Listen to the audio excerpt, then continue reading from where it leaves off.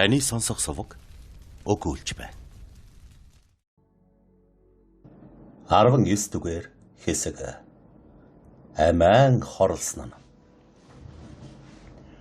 Тэр завсар Монт Кристо, Эммануэль Максимилиан хоёрын хамт хотод буцаж ирлээ. Тэд хөгжилтөө буцаж явав. Эммануэль энэ явдал ийм тайван сайхан төгссөнд баярлснаа нуугаагүй бөгөөд ёр нэв найрамдал дуртай гэдгээ хэлж явлаа. Морл хүргэнийхээ баяр хөөр болоход нь саад хийхгүйгээр тэрэгний болонд дуугүй суух бөгөөд баггүй их баяр хөөр харцсанд нь гэрэлтэн харагдана. Петроны харуулын тэнд Бертуччоттой дайралтлаа. Тэр манаанд гарсан хүн шиг хөдөлгүй зогсож тэднийг хүлээж байна. Монт Кристо тэрэгнийхээ цонхоор толгой цугуйлгаж хэдэн үг шивнэлтэн ярихад даамал яаран явж одлоо. Тэднийг Бляс Ройлын дэргэд хурж ирэхэд Эммануэль гүнд "Эхнэр маань, та бид хоёрын төлөө нэг ч хором илүү санаа зовохгүй байхын тулд тэргээ манай гэрийн гадаа зогсоогооч гэлээ. Хэрв яснараа бахархах нь инээдтэй хэрэг биш бол гүнг манаад ор гэж ургасан. Гэвч гүн бас хэнийгний догдолж байгаа зүрхийг тайвшруулах хэрэгтэй байхт. За Эммануэль, бид хурч ирлээ. Найз нөхөртөөгөө салахаас гүйцэтгэж замаа цааш үргэлжлүүлэх болцоог олгоё" гэж Морл хэлвэ. Байцнараа. Хоёрын хоёр нөхрөөсөө шууд салчихыг хүсэхгүй байна. Та их нэртэ очиж миний өмнөөс чин сэтгэлийн баяр хүргээрэй. Харин Морл та намайг Элисейн тал хүртэл гаргаж аль гэж Монт Кристо хэлэхэд Максимилиан "Маш сайн хэрэг. Тэгээд ч бас би танаа тийшээ явах хэрэгтэй" гэж хэл. "Чамайг өглөөний хоолнд хүлээх үү?" гэж Эммануэль асуухад "Хэрэггүй" гэж Максимилиан хариулв. Хаалга дуугарч суйг тэрэг цааш тавьхав.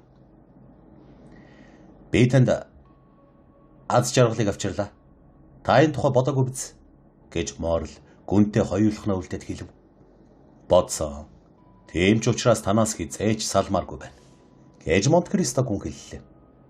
"Ёстой л гайхамшиг" гэж Морл өөрийнхөө санаанд хариулан өгүүллээ. "Юу тэрв?" гэж Монт Кристо асуув. "Тэр болсон явдал." "Тийм ээ. Морл та үнэн хэлж байна. Энэ бол ёстой л гайхамшиг юм" гэж гүн эмээмцэглэн хэлэхэд Морл үргэлжлүүлв. "Ямар ч л гэсэн Албар зоригтой хүн юм" гэл. "Маш их зоригтой хүн. Хоолоод ирнэ хутга тавьчихсан байхад тайван унтаж байсныг нь би өөрөө харсан юм" гэж Монт Кристо хэллээ. "Би түүнийг 2 удаа халз тулдахыг харсан. Тун сайн тулалдсан юм. Харин энэ бүгд нь өнөөдрийнхтэй нийцэхгүй байна." "Энэ таны нөлөө байлгүй" гэж Монт Кристо нэмсэглэхэд "Албар цэргийн хүн байгаагүй лаз болж тий" гэж Морл хэлв. "Яагаад тэрв?" "Яагаад гэвэл тулалдааны талбар дээр гарч ирсэн хойноо бурууга хүлээн гэдэг болшгүй" гэж хэлээд залуу Ахмад толгойгоо сэгсэрлэв. Морл та сонсож бай. Та ердийн хүмүүсийн бодлыг хуваалцаж байна гэж үү? Албар зоригтой хүн бол түүнийг хайгаад инглээ гэж бодохгүй шүү дээ. Өнөөдөр ингэх бүрэн шалтгаан байж таарна. Тэгэхээр түүнийг нь баатарлаг явдал гэж хэлж болно гэж гүн зөөлнөр хэллээ. "Тийм ээ. Гэхдээ Испанчуудын ярьдгаар тэр өнөөдөр өчигдөр инхөөсөө арай зориг багтаа байна гихсэн" гэж Морл хариулахад гүн яриагаа өөрчлөв. "Морл та надтай хамт өглөөний хоол идэн биз дээ" гэх. "Үгүй би 10 цагт танаас салж явна." "Та хүнтэй хамт өглөөний хоол идэнэ гэж ярьсан юм уу?" Морл нэмсэглээд толгойгоо сэгсэрлээ. "Тэгвэл та хаана нэг газар хоол идэх хэрэгтэй биз дээ." "Үгүй би өлсөөгүй байна" гэж Максимилиан татгалзлаа. "Хүн хоол идэх дургүй болдог 2 л үе байдгийг би мэднэ. Энэ нь уйдгар гуниг, хайр дурлал 2 юм. Та их л хөгжилтэй байгаа болохоор уйдгар гуниг гэж байж болохгүй. Таны өнөө өглөө надад хэлснийг бодоход ингэж бодож болох нэ гэж гүн хэлтэл. "За яах вэ? Би түүнийг чинь үгүйсэхгүй байна" гэж Морл хөгжилтөө хариуллаа. "Максимилиан та энэ тухайга надад юу ч ярихгүй юм да" гэж гүн Морлийн нууцыг мэдэх гэж тэсэн ядан байгаагаа нуулгүй асуув. "Гүн та өнөө өглөө надад зүрх байгаа гэдэгт итгэж чадсан биз дээ?" Монт Кристо хариу өгүүлэхийн оронд Морлд гараа сунглаа. "Одоо миний зүрх тантай хамт Венсений ойд байгаа биш болохоор би зүрхнийхээ байгаа газар өөд явъя." "Яв найз минь, яв" гэж гүн яархан хэлээд Хэрв таны зам дээр саад дотгор тохиолдвол биеийн дэлхий дээр олон юм хийж чадна. Өөрийн нэрх мэдлийн хайртай хүнийхээ ашиг тусын тулд хэрэглэхдээ баяртай байна. Тэр хайртай хүн нь моралтай юм шүү гэдгийг санаж яваарай гэв. За сайн. Би үүнийг хувиа бодсон хүүхдүүд эцэг эхийнхээ тусламж авах хэрэг болохоор тэдэндээ ханддаг шиг санаж явах болно. Хэрв надад хэрэг болбол хэрэг болох үе ирж тунч магадгүй. Би гүн тань дээр ирж тусламж гуйнда гэж Максимилиан хэлв. За тэгнэ гэж амласан шүү. За баяртай. Баяртай. Тэд Элисейн тал дахь байшинд хурж ирэхэд Монт Кристо суйх тэрэгнийхээ хаалгыг нээж Морл үсрэн буулаа. Шатан дээр Бертучо хүлээж байв. Морл холдон явхад Монт Кристо Бертучогийн өөдөөс түргэн очоод "За юу болов?" гэж асуув. "Тэр хүүхэн гэрээ орхиж явах гэж байна." "Хүүн яасан бэ?" "Түүний хя Флорентан бас л эзнийгээ ихтэйгээ адил юм хийх байх гэж байна." "Намайг дагаад яв." Монт Кристо Бертучотой хамт өрөөнд орж дээр бидний мэдсэн тэрхүү загтлыг бичиж даамалтаа өгөөд "За явбошуулаарай. Бас намайг ирсэн гэж гайдад хэлээрэй" гэж хэлв. "Би энд байна" гэж гайд өөрөө хариулваа. Бүсгүй сүйх тэрэг эрхийг дуулаад буун ирж гүн эрүүл саруул эсмэнд хурж ирснийг хараад баярлан царай гэрэлтэж байв. Бертучо гарч одлоо. Гайд ингэж тэсэн ядан хүлээж байж уулзахдаа эцгээ дахин харсан инхри охин дурлалт хүнээ дахин харсан дурлсан бүсгүй хоёрын сэтгэлийн хөдлөлийг зэрэг мэдрэл. Монт Кристогийн баяр хөөрч тэмч хурц тодор босч гихнэ. Бас л баггүй байв. Зовж зүдэрсэн зүрхэнд баяр хөөр гэдэг бол халуун наранд хатсан газар дээр шүүдэр унахын адил юм. Зүрх газар хоёр амьдралыг өгөгч чигийг сорон авдаг бөгөөд үүнийг хажуугийн нүд үл харна. Монт Кристо сүүлийн өдрүүдэд аль хэдийн бололцоогүй мэт санагдаж байсан тэр зүйлийг энэ дэлхий дээр хоёр Мерседес байж болох юм. Тэр бас аз жаргалыг амсаж болох юм гэдгийг ойлгожээ. Түүний баярлан хөөрсөн харц гайдагийн сүүмисэн нүдэнд шунал таяа тусаж байтал гэнэт хаалга нэгтэл. Гүн хөмцгөө зангидваа. "Эрхэм Морсер" гэж орж ирснээ цагаатгаж байгаа юм шиг Батистен айлтгал. Үнэн дээж гүнгийн царай саруулхан болоод явчихв. "Аль нь? Бэйсэн үү, гүнэн үү?" гэж асуув. "Гүнэн." "Тэр явдал бас дуусаагүй гэж үү?" хэмээн гайдаа дуалтал. "Дууссан юм уу? Үгүй юм уу бүүмэд, охин минь" гэж Монт Кристо хэлээд охины гараас барьж "Чамд айхан байхгүй" гэж хэлв. "Үгүй тэр бозар зөөлөгч нь." "Гайд, тэр хүн миний өөдөөс ямар ч хүч чадалгүй. Харин хүүтэй нь явдал болж байхад л айх хэрэгтэй байсан юм." "Чи намайг хичнээн зовсныг мэдэхгүй шүү дээ эзэн минь" гэж гайд хэл. Монт Кристо инээмсэглэв. Хэрв хүнд золгүй явдал тохиолддог юм а гэхэд лавл надад тохиолдохгүй гэдгийг эцгийнхээ булшийг барьж тангархлаа гэв. Тэгэхэд залуу бүсгүй гүнд тухаа өгч "Эзэн минь, би чамд тэнгэр шиг л итгэдэг" гэж хэл. Монт Кристо энэ цэвэр сайхан духан дээр үнсгэд хоёр зүрхэн нэгэн түргэн нөгөө нь бөглүүгээр лугшин цохилвоо. "Тэнгэр минь, чи надад дахин дурлалт төрүүлэх нь үү?" гэж гүн шивнээд Морсер гүнг зочдын өрөөнд орохыг үр гэж Батистенд хэлээд гоо сайхан грек хүүхнийг нууц шатаар гаргаж өглөө. Монт Кристо энэ хүнийг ирнэ гэж хүлээж байсан байж болох юм а гэхэд уншигчид минь тэгэж ирнэ гэж бодоогүй болохоор Морсерийн ирсэн учрыг тайлбарлах нь чухал байна. Мерседес гэртээ Албарын бичсний адил жагсаалт хийж үнэт эдллүүдээ эмхэлж шүүгэнүүдэд түгжиж өөрөөсөө хош бүх үлдэх юм а эмх цэгцтэй байлгах гэж төлхүүрүүдэд нэг дор цуглуулж байхад гудмын шилэн хаалганы цаана зэвиж бараасан муухай царай харагдахыг ажиглаагүй ажээ. Хаалганы цаанаас харж байсан хүн өөрөө үзэгдэж харагдаж дуулдаагүй боловч хадагтай Морсерийн өрөөнд юу болж байсныг бүгдийг нь үзчихээ. Энэ зэвхий царайтай хүн хаалганаас голдоод унтлагынхаа өрөөнд орж хашаа руу харсан цонхны хөшгийг чичгэлсэн гараараа хоош нь болгоод харж зогсов. Ийхүү зүрхнийхээ цохилтыг чагнан дуу чимээгүй 10% загслаа. Түүнд энэ 10% нь бүтэн жил шиг санагджээ. Чухам энэ үеэр тулалдааны газраас эргэж ирсэн Албар өөрийг нь оттон зогсож байгаа эцгийг цонхон дээр хараад хараагүй юм шиг эргэн явсан байна. Гүннүүдээ бүлтийлгэлээ. Альбер Монте-Кристог доромжилсан ба ийм доромжлол энэ ертөнцийн заавал үхлийн тулаанд хүргэдэг гэдгийг гүн мэднэ. Альбер бүрэн бүтэн амьд иржээ. Тэгэхэр эцгийнх нь өшөө авагдсан байж таарна.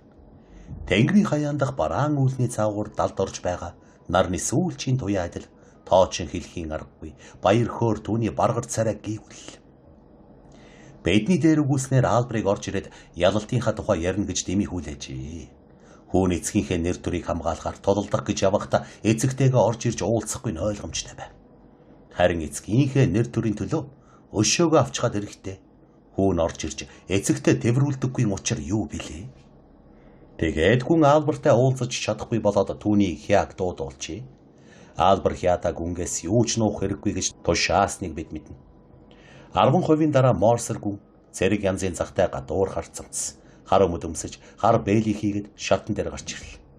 Түүнийг шатнаас бууж амжаагүй байтал суйг тэрэг ирж зогссоныг бодоход төрөөнд нь тушаал өгчихсөн байсан бололт. Хяа 2 сэлэм ороосон цов суйг тэрэгэн дотор тавиад тэрэгний үүдийг хааж хөтчийн хажууд очицуулаа. Хөтч тушаал хүлээж байв. Элисейн талууд Монте-Кристог гүнгийн дочно төрөглөөрэй гэж генерал хэлв. Морд ташуурын эсрэлтэд ухасхийн 5% дараа гүнгийн байшингийн дэргэд ирж зогслоо.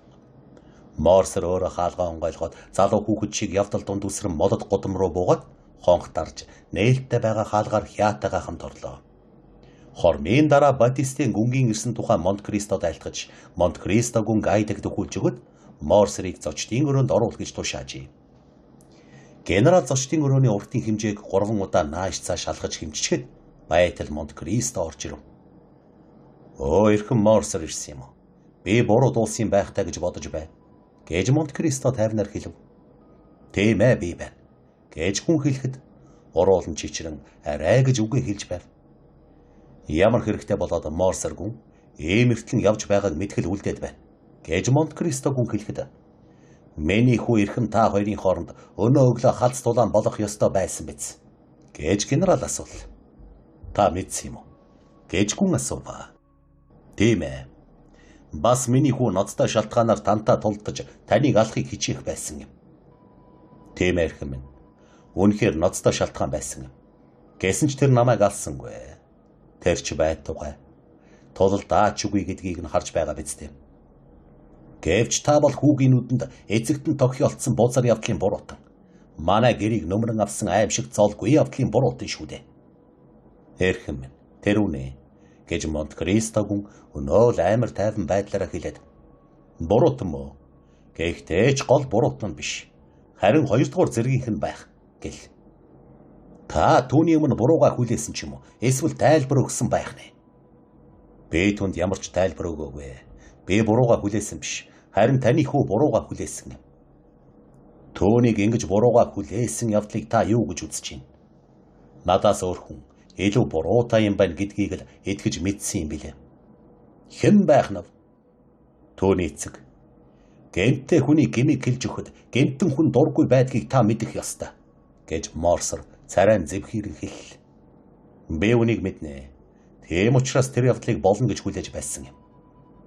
Миний хүү аимхай амтан болж ховирхыг хүлээж байлаа гинэ гэж гүн дуалтав. Альбер де Морсер бол огтын аимхай хүн биш гэж Монте-Кристо хэлв. Хэрв хүн гартаа сэлэн байрж байгаад дайсан нь урд нь зогсож байхад тулалдахгүй бол аимхай хулчгор хүн болно. Хэрв би түүнийг энд байсан бол нүүрэн дээр нь хэлэх байсан юм. Эрхэм минь, би таныг гэр бүлийнхээ хэргийг шүүмжлэн хэлэлцэх гэж ирээгүй байх гэж бодож байна. Үүнийг хүүдээ очичгэл. Тэр танд хариулах үг олж магадгүй юм. Гэж Монте-Кристо хүйтнээр хариулв. Үгүй. Таны хэлдэг маш зөв. Би ингэж ярих гэж ирээгүй. Би таныг бас өөрийнхөө дайсан гэж хэлэх гэж ирсэн юм. Би таныг зөнгөөр оол үзэн ядаад байна. Таныг таньдаг үргэлж үзэн ядаж явсан юм шиг сэтгэл надад төрөөд байх юм. Одоогийн залуу хүмүүс тулалдахаасаа татгалзаад байвал бид тулалдах болж байх шив. Эрхэм та зөвшөөрч байна уу? Дөөрн зөвшөөрч байна. Тийм ч учраас би болох ёстоймыг хүлээж байсан. Гэж хэлэхдээ таныг л эрэх байх гэснээ хэлсэн юм шүү дээ. Тэгвэл бүрцээ. Тэгэхэр та бэлхэн үү? Би хэзээд бэлхэн байдаг. Та бид хоёр аль нэгийг үхтэл тулалдах болно. Ойлгож байгаа биз? гэж генерал шүдээ зууж уур омг нь бадраг хэллээ. Тийм ээ. Нэг нь үхтэл гэж Монт Кристо гүн давтан хэлээд толгой тохив. Тэгвэл явах уу? Бидэнд гэрч нар хэрэггүй. Мэдээж хэрэггүй. Бид бие дэндүү сайн мэднэ гэж Монт Кристо хэлв. Үгүй. Бид хоёр бие огт мэдэхгүй гэж хүн хэлв. Та юу гинэ? Та ч Ватерлоогийн тулалдааны өмнө цэргээс оргосон цэрэг Фернан биш гэж үү? Испанд Францын армийг байхад тагнуул хийж холбоо барьж байсан баг дарга Фернан биш үү? Өөрийн ачид эзэн Аалигаас урваж худалдаж түүнийг алсан хурандаа Фернан биш гэж үү? Энэ олон Фернанууд нийлээд Францын тайж дислэгч генерал Морсер гүн болсон юм биш гэж үү? Хэмээн Монт Кристо өнөөх хэнэггүй байдлаараа хэлэхэд энэ үг генералыг халуун төмрөөр хайрах шиг болж бузар золиг. Чи магадгүй намайг алахынхаа өмнө ингэж миний булаа бүхнээр дайрч байж болох шүү. Үгүй би чамайг өөрийгөө мэдэхгүй гэж хэлэхгүй. Чи муухай чөтгөр. Миний өнгөрсөн үеийн харанхуй явдалд нэвтрэн оржээ. Чухам ямар бамбарын гэрэлд миний амьдралын хуудснуудыг уншчихсныг бөө мэд. Гэхдээ миний шившигт явдал чиний энэ гялалцсан сайхнаас илүү нэртэй төртөө чин байж болох юм шүү. Чи намайг мэдэж байгаа гэдэгт чинь би эргэлзэхгүй байна. Харин алт өнөд эрдийн чулуун дотор өмбөж явдаг залхаа амтан чиний хэн болохыг би мэдэхгүй байна. Парист ирэхээр чи өөрийгөө Монт Кристо гүн гэж нэрлэдэг. Италид болохоор Синдбад далайчин. Малтид өөр хинч билээ мартчихж элдвэр нэрлэдэг. Харин би чиний зүрхэнд сэлмээ шаахта нэрийг чинь хашгирахын тулд чиний энэ олон нэр дотроос жинхэнэ нэрийг чинь мэдэх хэрэгтэй байна. Үүнийг би шаардаж юм гэв. Монт Кристогийн царай үхтлээ цонхиж нүдэнд нь аимшигт галуулалцлаа. Тэр зэрэгэлдээ өрөөр ухасхийн орж цангаа цамц хантаазаа тайлж хаяад далайчны хүрэм далайчин хүний малгай өмсгөд урт харуулсан цухиж байна. Тэгэд Юр бусын амар байдалтай орж ирээд гараа зөрүүлэн генералууд алхав. Түүнийг гинэт гараад явчихсанд гайхсан генерал хүлээж байваа. Зүсээ хувиргаад орж ирсэн Монт Кристо гүн хараад хөлн гойлж шүдэн тажигналаа.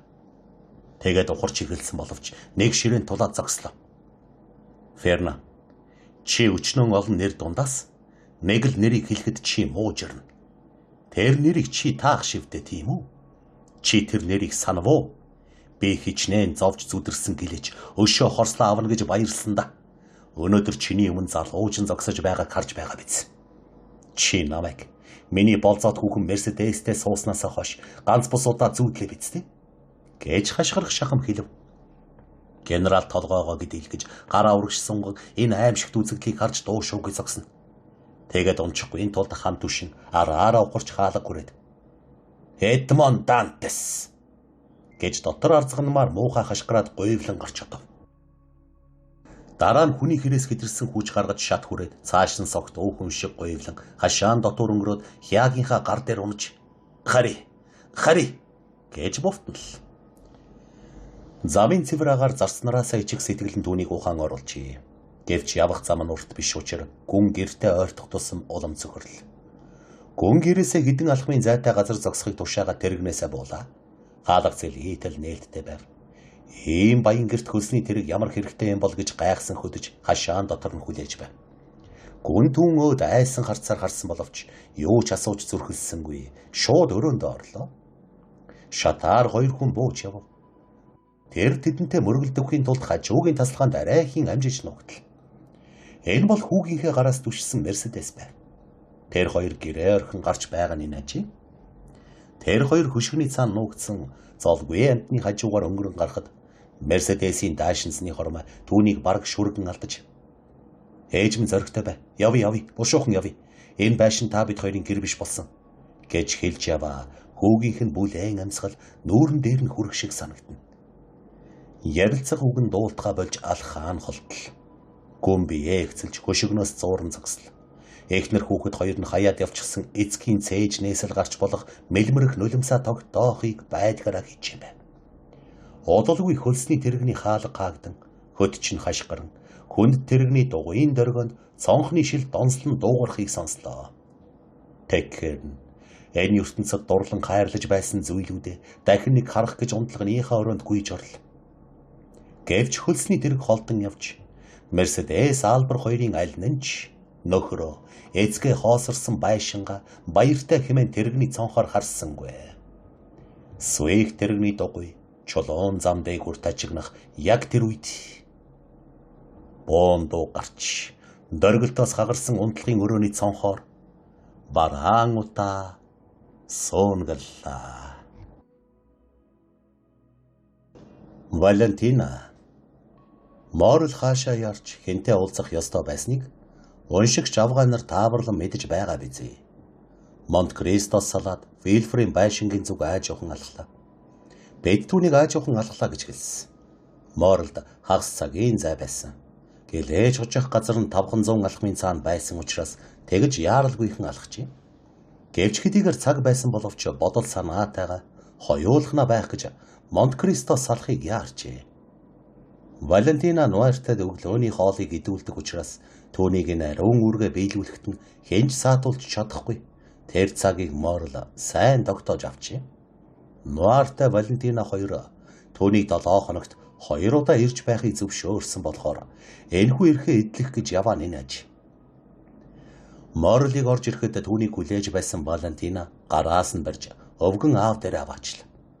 Валентина царайн цонхиж сэтгэл нь хүчтэй догдолсон байв. Бүсгүй операд болсон бодлааныг дуулаад сэтгэл нь зовжээ. Монт Кристо албар хоёрын маргааныг бүгд дээдсийн хүрээлэн дандаа юм бүгдийг мэдсэн байв. Энэ явдлын дараа зайшгүй эрүүл тулалдаан болно гэдэгт Вильфрийнхэн хэрэн ч эргэлзэхгүй байв. Валентина эмэгтэй хүний зөнгөөр Морлыг Монт Кристогийн талын гэрч болно гэдгийг мэдэж зоригтой тэгээд гүнд ихэд дотн байдгийн учир зөвхөн идэвхий гэрчийн үүргийг гүйцэтгэж зогсохгүй байх вэ гэж айж байжээ. Тэм учраас бүсгүй болсон явдлын тухай тодорхой асууж Морлийн хариултыг сонсоод Морл сэтгэлдээ бүсгүй нүдэнд тулалдаан гэж сайн сайхнаар дууссан явдалд хязгааргүй баярлсан шинж байхыг олж харлаа. Одоо гэж Валентина хэлээд Морлыг өвгөнтэй хамт суу гэж тохиж суулгаад өөрөө өвгөний хөлд тавиастай байдаг урт сандлын үзүүр дээр сууж. Бид өөрсдийн хувийн яриаг ярьж болно. Өвгөн аав нэг үе эрхэм Вильфрийн гэрээс нүүж тусгай суух сандалтай байсныг Максимилиан та мэднэ шүү дээ гэхэд. Мэдлгүй яах вэ?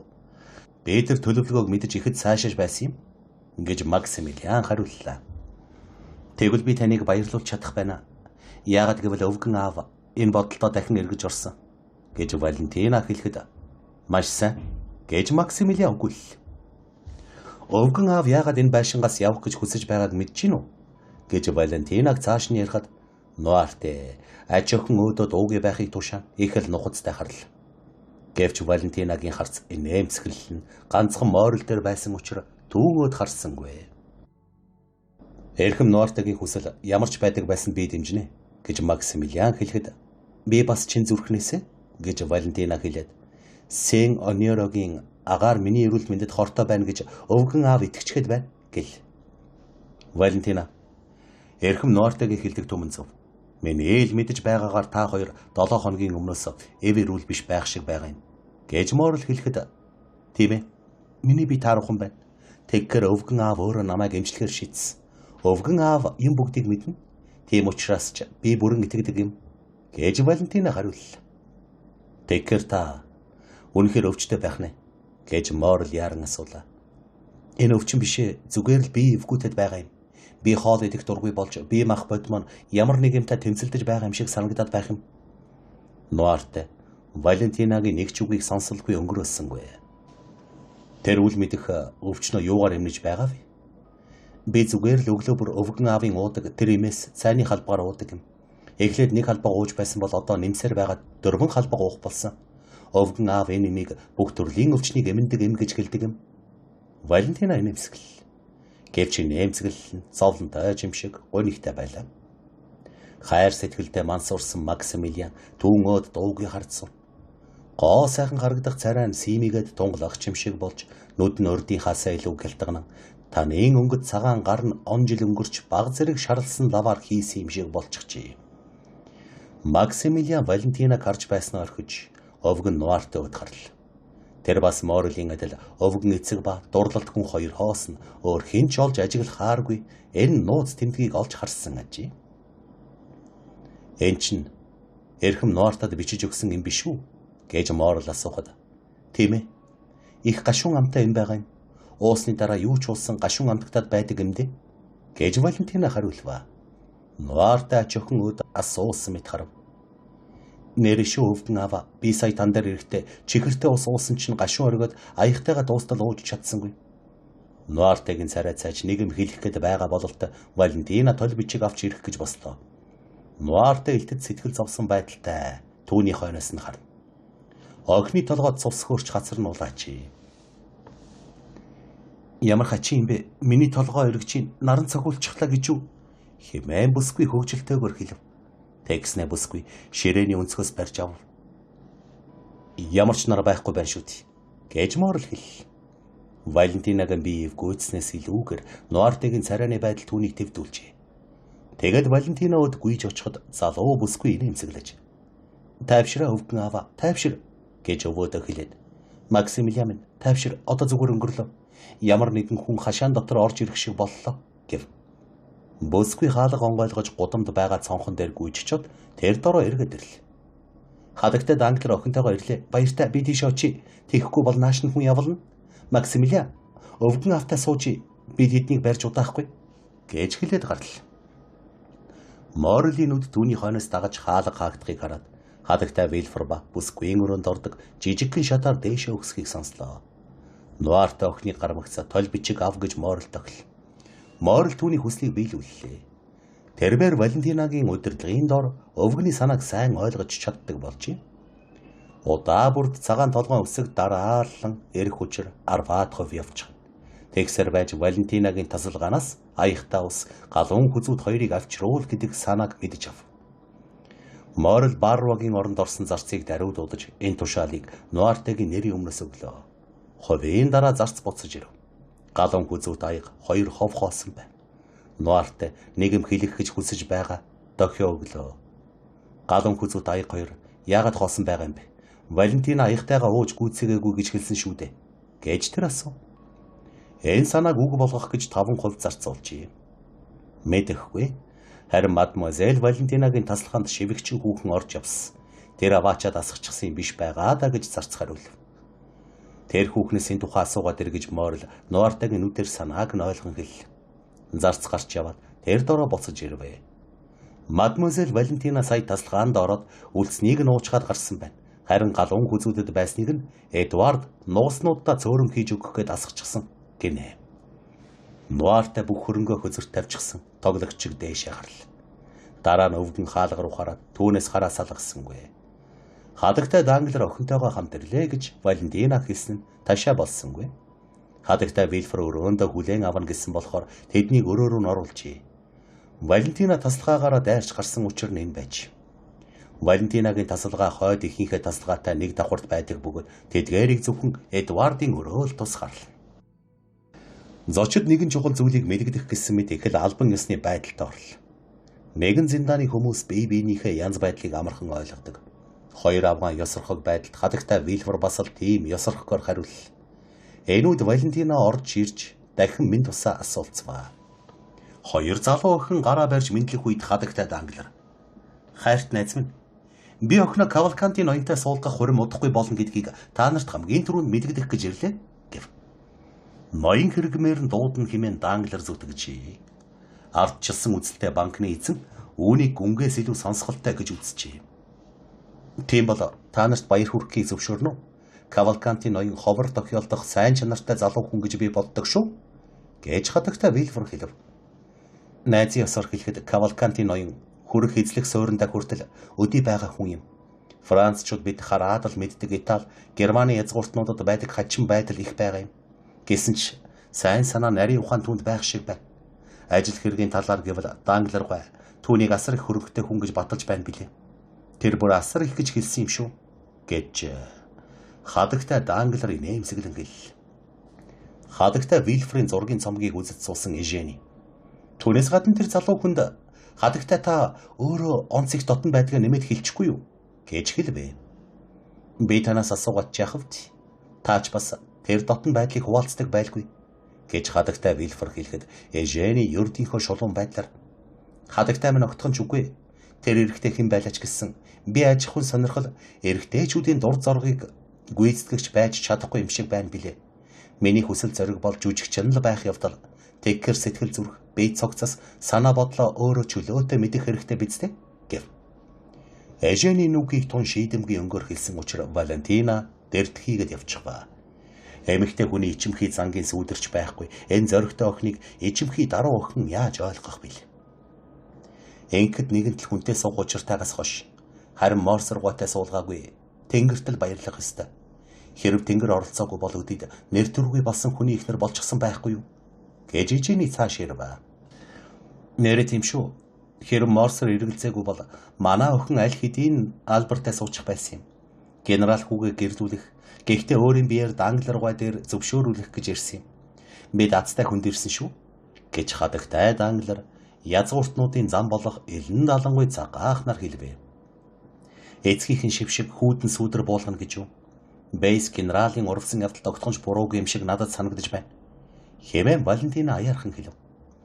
Уучлаарай хонгор минь. Бейсэд ялгагдах юм байхгүй. Өчигдөр операд Монте-Кристо гүнг тулдаанд өдчгöd өнөө өглөө бурууга хүлээж байна гихчин билээ. Гэж Жени цохиршгүй байдлаараа хэлв. Үгүй байлгүй дээ. Гэж хадагтай Вильфер хэлэхэд хадагтай данглар бидний дөнгөж сайхан хилээд өнгөрсөн гинэн байдлаараа. Хонгор минь тийм байх шүү. Тэгж байх үед нь байсан Дебрегээс дуулсан юм. Гэж хэл. Валентина бас бүгдийг мэдэж байсан боловч дуугүй өнгөрлөө. Хац тулаан гэдгээс болоод бодол санаа Морлийн хүлээж байсан Нуартегийн тасалгаар руу шилжижээ. Валентина бодлогошрон байсан учраас хэдэн хувь ярианд оролцсонгүй.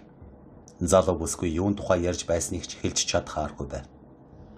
Гэнэт хадагтай данглар түүний гарт хүрлээ. Хадагтай та юу гэвэ?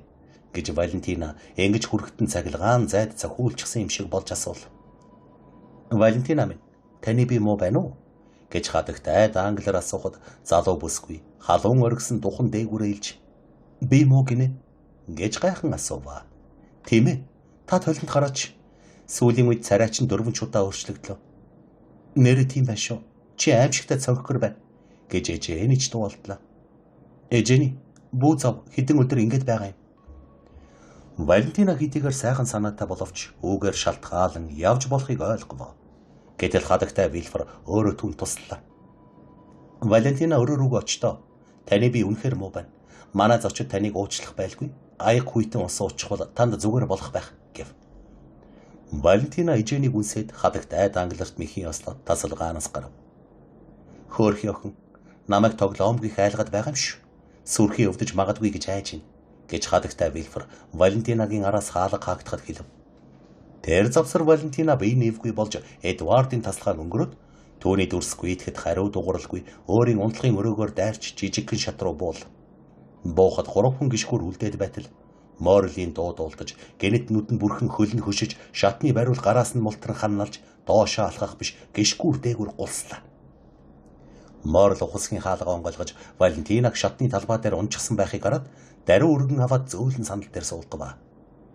Валентина нүдэ нэгэд. Би ямар эвд үгүй амтан би.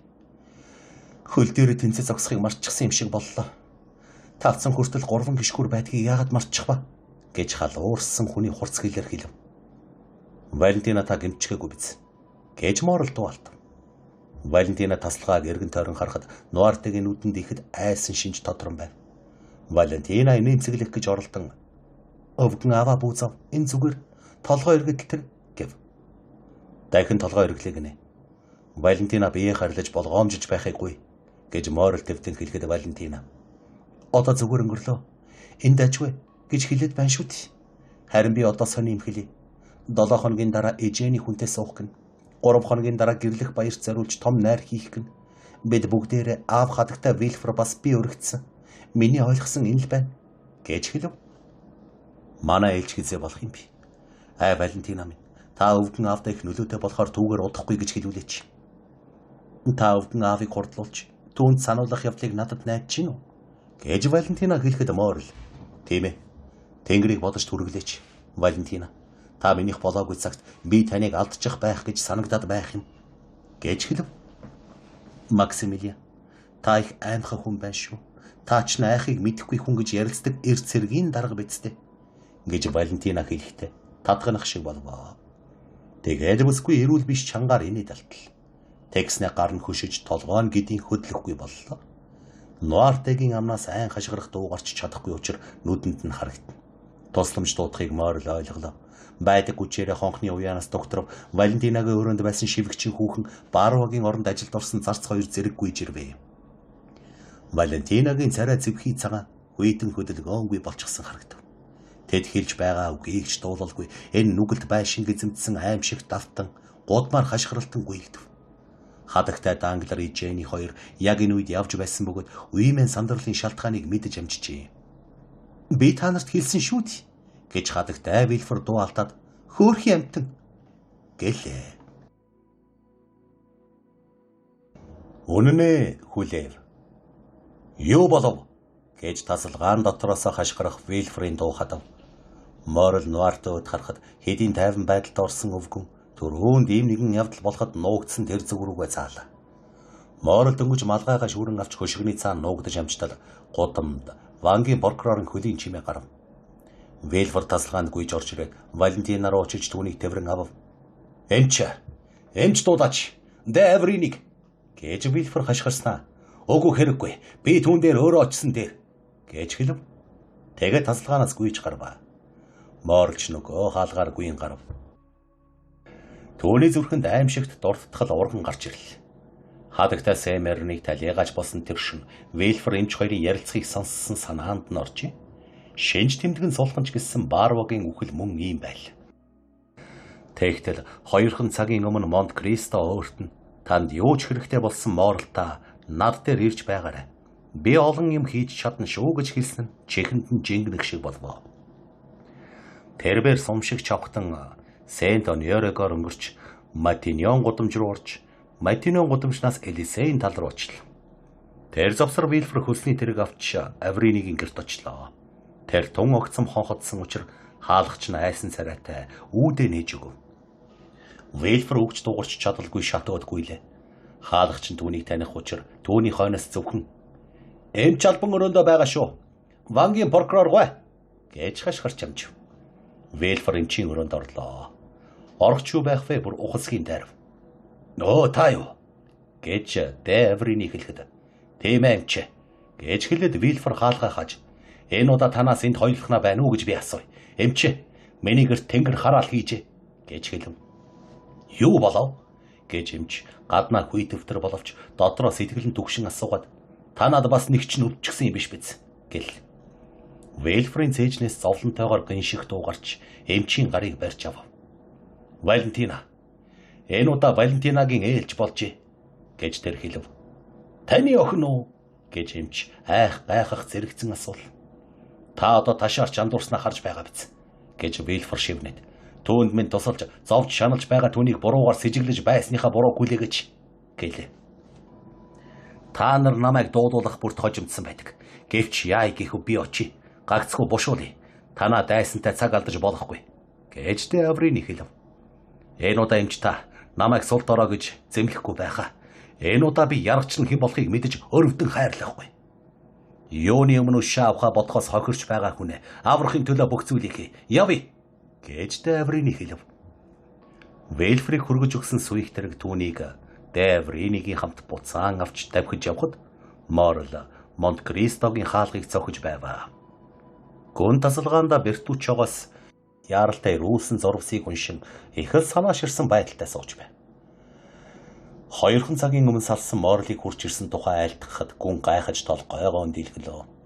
Энэ 2 цагийн дотор Морл гүн хоёрт хоёуланд нь олон зүйлийн өөрчлөлт тохиолджээ. Залуу хүү гүнгээ салж явахдаа нэмцэглэн явсан бол одоо түүний өмнө уруу царайтай зогсож байв. Гүн ухасхийн босож түүнгөөд очлоо. Юу болов Максимилиан? Царайчин цонхиж амьсгаадж байх чинь юу вэ? гэж хэлв. Морл зөөлөн сандал дээр бараг унах мэт сууж. Тийм ээ. Тантай ярих хэрэгтэй юм гараад гүйж ирлээ гэж хэлв. Гэрийнхэн чинь сүм сайн мэдтэй гэж гүн ярилцхийн аргагүй үнэн санаанаас асуухад Морл яриагаа яаж эхлэхийг мэдэхгүй. Гүн танд баярлалаа. Гэрийнхэн мань сүмсэн эрүүлнэх гэж хариуллаа. Би их баяртай байна. Харин та надад ямар нэг юм хэлэх гээд байна да гэж гүн улам сэтгэлэн түгшиж асуухад. Тийм ээ. Би тань дээр үхэл нөхцсөн нэг айлаас гүйж ирлээ гэж Морл хариу өгвөл. Тэгвэл та Морсерийнхоос ирв үү гэж Монте-Кристо асуухад үгүй дээ. Морсерийнхоос хэн нэг нь үгсэн юм биш биз дээ гэж Морл хэлв. Генерал тухандаа сум золсон гин гэж Монте-Кристо хэлэхэд ямар амар хэрэгв гэж Максимилиан дуалтлаа. Хадагтай Албер хоёрын хувьд амар юм бишээ.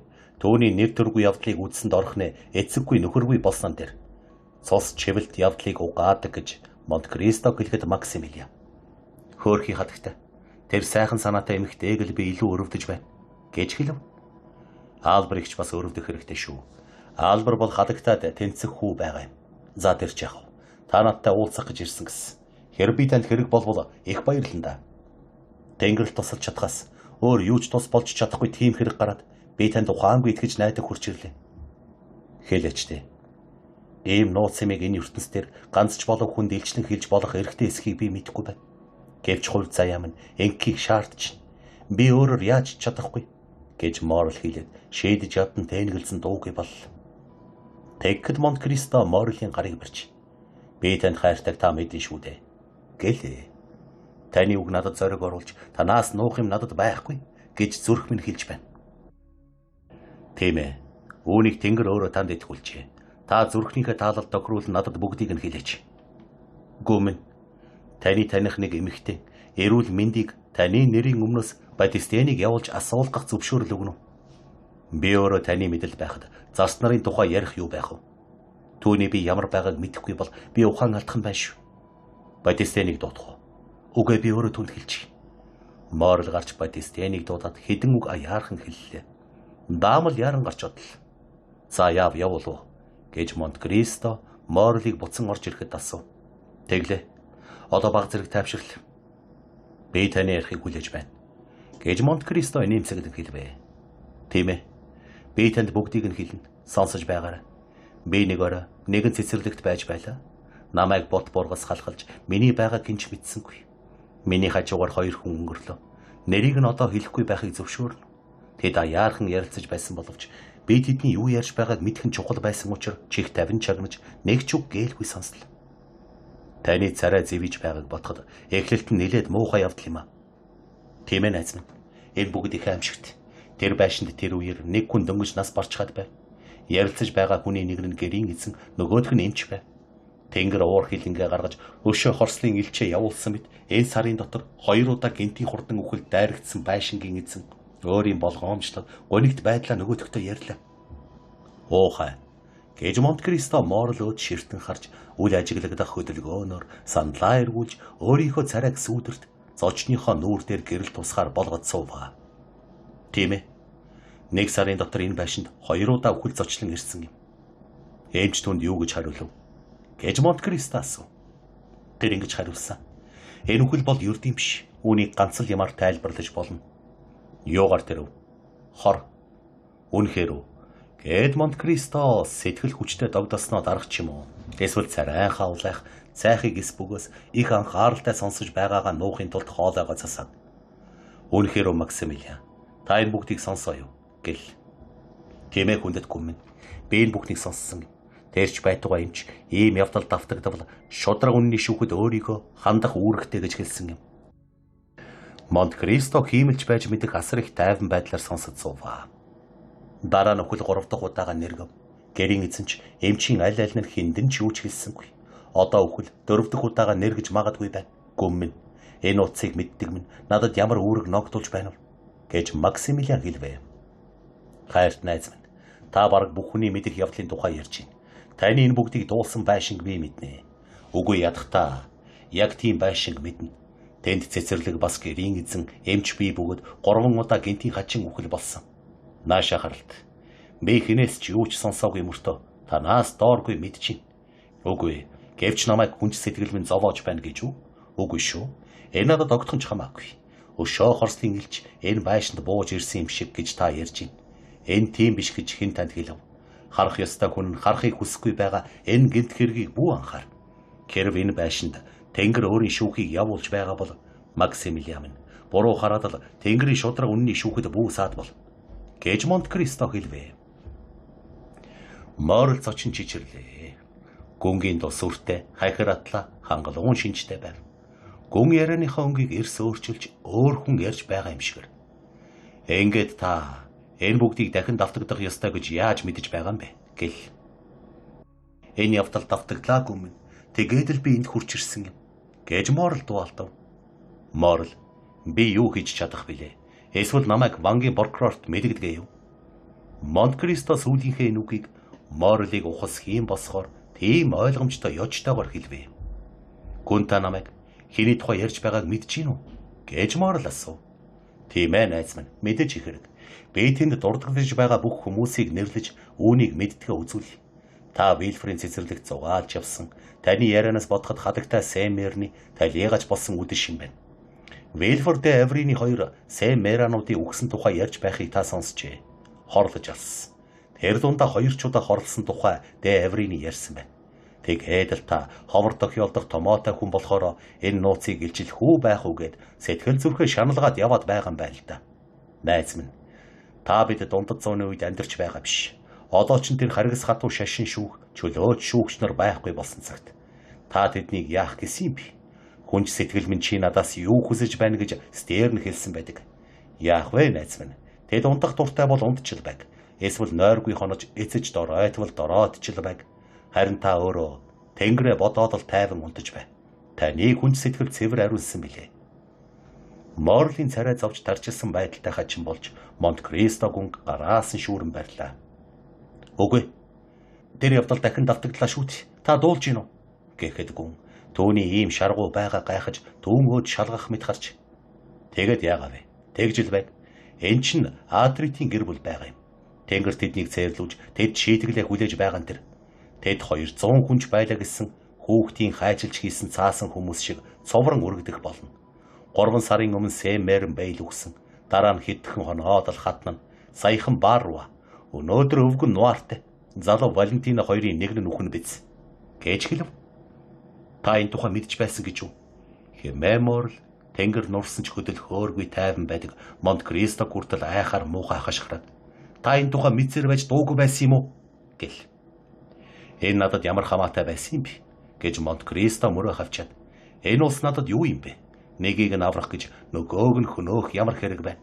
Би үнэндээ алж байгаа, алагдаж байгаа хүмүүсийн аль нэг ч гихгүй байна. Гэж хэлв. Үгүй би гэж Морл арга нь барагдан дуу алдаад би тэр бүсгүйт сэтгэлтэй юм. Аль бүсгүйт сэтгэлтэй гэж хэмээн Монт-Кристо хэлээд ухасхийн босож Морлийн гараас барьж авлаа. Би ухаангүйсэн. Хайр сэтгэлтэй юм.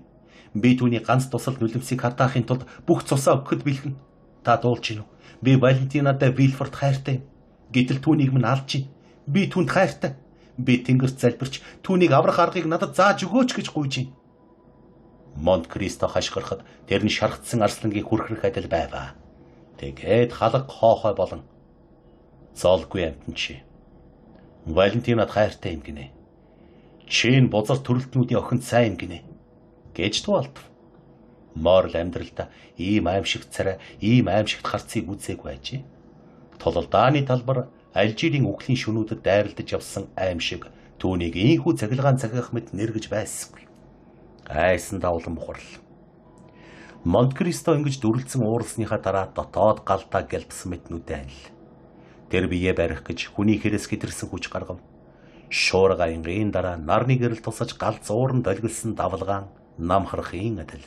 Төвний цээж доторх шуурга баг багаар намдал.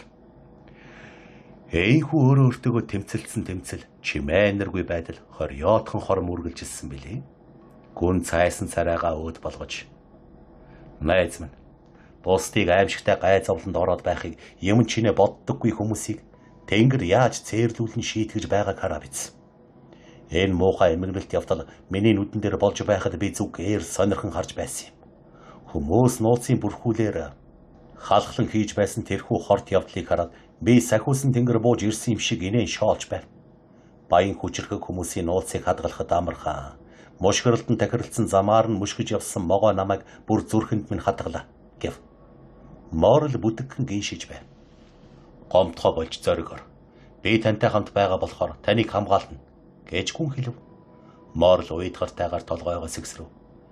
Би танд итгэж найдаж хэлсэн шүү дээ. Би хизээч худлаа хэлдэггүй.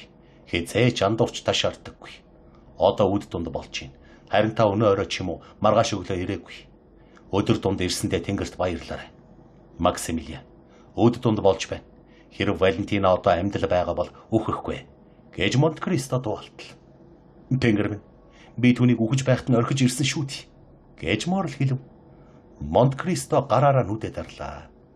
Аимшигт нууцыг хадгалсан энэ тархинд юу болж байгаа бол энэхүү хэлбэршгүй бөгөөд хүнч саруул ухаан Тэнгэрийн элч хар зүгийн элч хоёрын аль нь ирж ухаан цаасан бол үүнийг гагцхүү Тэнгэр л мэднэ. Монте-Кристо дахин тол гойгоо өөд өргөлөө. Энэ удаа түүний царай нойрсож байгаад сэрсэн хүүхдийн шиг л тайван байв. Максимилиан, чи одоо тайван хар. Ямар ч арга хэмжээ авч сэтгэл түгшүүртэй байгаагаа хэндэж бүү үзүүл гэж би тань тушаач. Надаас мэдээ хүлээж байгаарай. За одоо яв. Таны шижээргүй тайван байдал намайг айлгаж байна. Та үхлийг захирдаг юм уу? Та хүн үү юу вэ? Эсвэл та Тэнгэр үү? Гэж Морл хэлв. Тэгээд ямар ч аюулын өмнө угарч үзээгүй залуу дарга өгүүлшгүй их сүр аимшигт автан ухарлаа. Харин Монте-Кристо түүнийг инэрэн хайрлсан гунигтай харцаар харж инээмсэглэхэд Максимилианы нүдэнд ус гүйлгэнэв. Найз минь, олон юм миний мэдэлд бий. Одоо яв. Би ганцаараа байх хэрэгтэй байна. Гэж хүн хэлв. Монте-Кристогийн орчин тойрныхоо хүмүүсийг захирч чаддаг тэрхүү их хүчинд автсан Морл гүнгээс зүрхийг ч оролдсонгүй. Морл гүнгийн гарыг бариад гарч явдал. Гэвч хаалга хүрээд гудамжны буланд Батистийн гарч ирэхийг харж зогслоо. Тэр завсар Вильфор де Аврины хоёр вангийн прокурорын гэрт хурч ирлээ. Тэднийг ирэхэд Валентина бас л ухаангүй хэвээр байв. Де Аврины аимшигт нууцыг мэдсэн эмч хүн яаж үзмэл зохиох хэмжээгээр өвчтөн бүсгүйг наривчлан сайн үзлээ. Вильфор де Авриныгийн царайгаас нүд салгалгүй түүний шийдвэрийг хүлээн зогсон. Вильфороос илүү хариу хүлээн байсан Нуарт Валентинагаас илүү зэвхийд сэтгэл нь оюуных нь бүх харцанд нь хуралдсан байваа. Эцэст нь Аврины аяархнаар "Бүсгүй одоогоор амьд байна" гэж хэлв. "Одоогоор ямар аимшигтай үгв" гэж Вильфор дуалтал.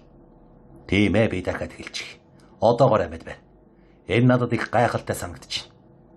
Аврагдаж болох уу гэж эцэг нь асуул. Амьд байгаа болохоор болно. Энэ үед де Авриныгийн харц Нуартагийн харцтай тулгарлаа. Энэ харцанд хязгааргүй их баяр хөөр гүн бодол байгааг эмч харж бишрэн гайх. Тэгээд эмч хөхөрсөн уруулан сонх хийсэн царайн дээр нь арай гэж ялгагдж байгаа охиныг зөөлөн сандал дээр дахин тавиад түүний хөдөлгөөн бүрийг анхааралтай харж байсан Нуартэ өд харж хөдлөлгүй зогслоо. Эрхэм Вильфорта, Валентинагийн шивгчнийг дуудуулаач гэж эмч хэлв. Вильфор охиныхоо толгойг түшиж байснаа тавиад шивгчнийг дуудахаар өөрөө яв. "Та надад нэг юм хэлэх гээд байна уу?" гэж тэр асуулаа. Өвгөн үдэл. "Түүнд ийм ганц л баталсан дохой байдгийг бид мэднэ.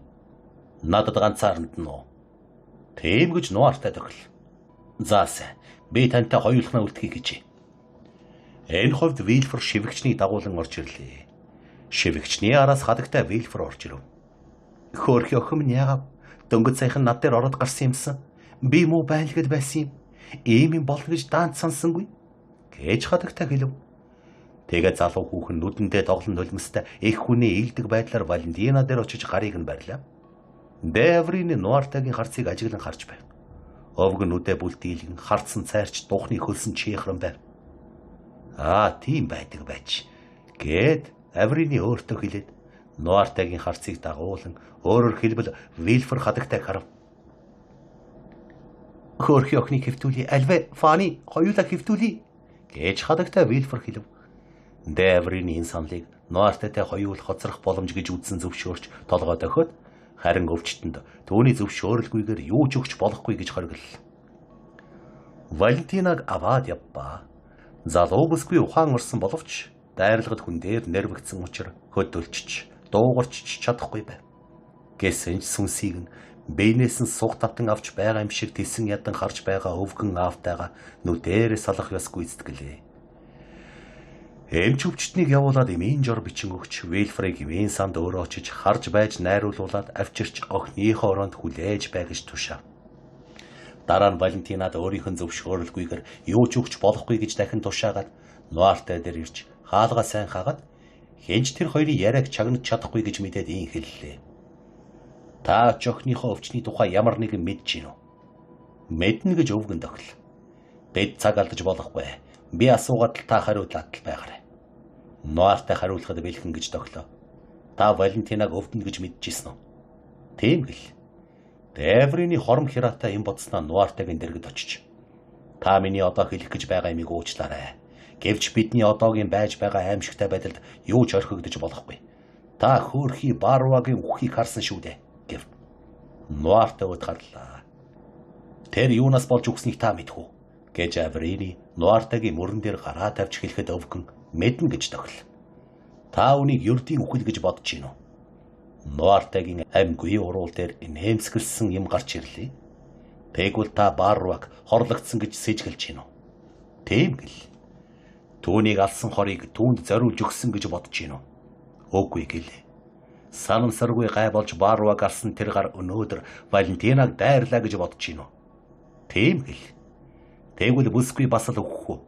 Гэж Нуартайгийн ажигламтгай харцнаас нүд салгалгүй байж Деврины асуулаа. Энэ үг өвгөнд ямар нөлөө үзүүлэхийг хүлээж байв.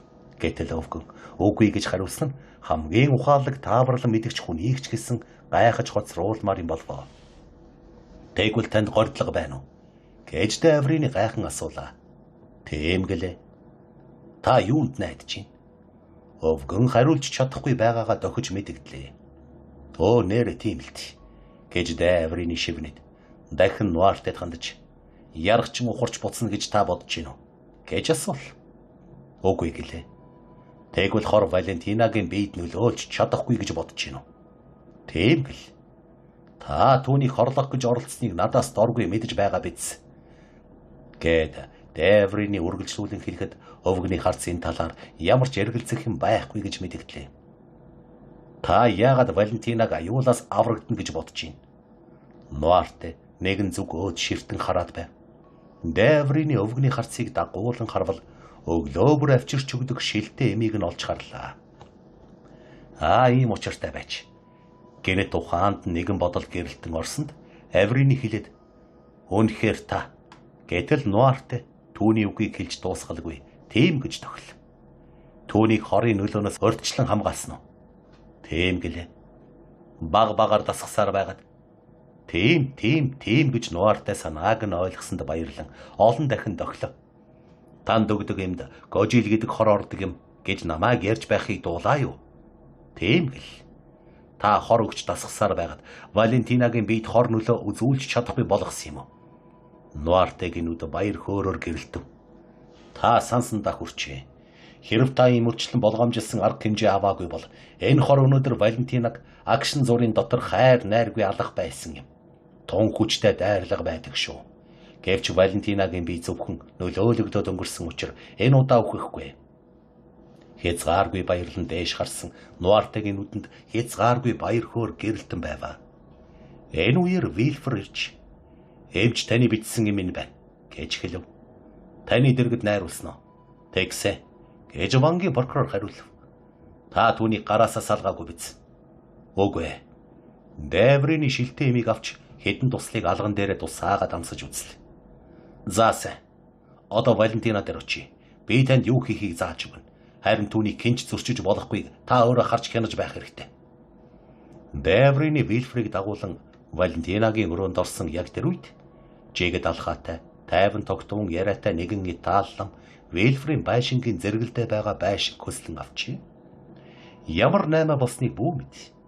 Байшинд орсон суугчид 2 цагийн дараа цөм нүүгээд явчихжээ. Энэ байшингийн суурин муудаж нурах болж байгаа гэж ярилцаж байгаа боловч тэр өдрийнхөө 5 цагийн үед лам өөрийн багхан хогшилтой нүүж ирэх дэн лав саад болсонгүй аж. Шэнийцэн байшинг 3-6 ч юм уу 9 жилээр хөслөн авч зохих ёсоор хагас жилийн хөлсийг өгчээ. Энэ шин ирсэн хүн нь бидний түрүүнд хэлсэнчлэн Италлам Жакопо Бозони гэгч байв. Тэр дороо ажилчид дуудаж мөн тэр шөнө годомжны адгаар явсан хүмүүс мужаан чулуучид муу өмхөрсөн байшингийн суурийг засаж байхыг харж гайхацгааваа.